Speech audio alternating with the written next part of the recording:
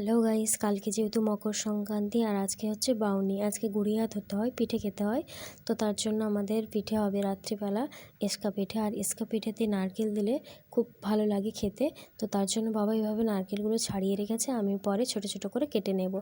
তো এই দিকে আমি মিক্সিতে ভিজানো চালগুলো বেটে নিচ্ছি ভালো করে।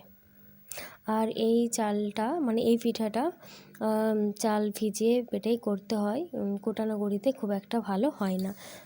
আর তোমরা দেখতেই পাচ্ছ ব্যাটারটা খুব একটা ভালো হয়নি। তো চলো করে নেবো আরেকবার। আর দেখো মা কত চাল ভিজিয়েছে, আর এই বড় গামলায় পিঠে করা হবে। তো সবাই চলে আসবে খেতে। কথা বলতে বলতে আমি দ্বিতীয়বারে ব্যাটারটা করে নিয়েছিলাম, আর ব্যাটারটা দেখে মনে হচ্ছে পুরো ক্রিম। তো চলো ব্যাটারটা আমি গামলাতে ঢেলে নিই।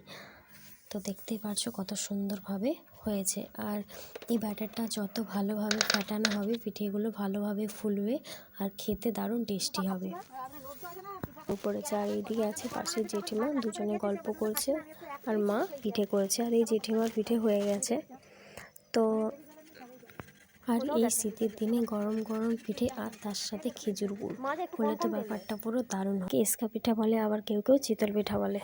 তোমাদের কার কার বাড়িতে আজকে পিঠে হচ্ছে অবশ্যই কমেন্ট করে জানাবে। আর তার সাথে এটাও জানাবে তোমাদের পিঠে খেতে কেমন লাগে।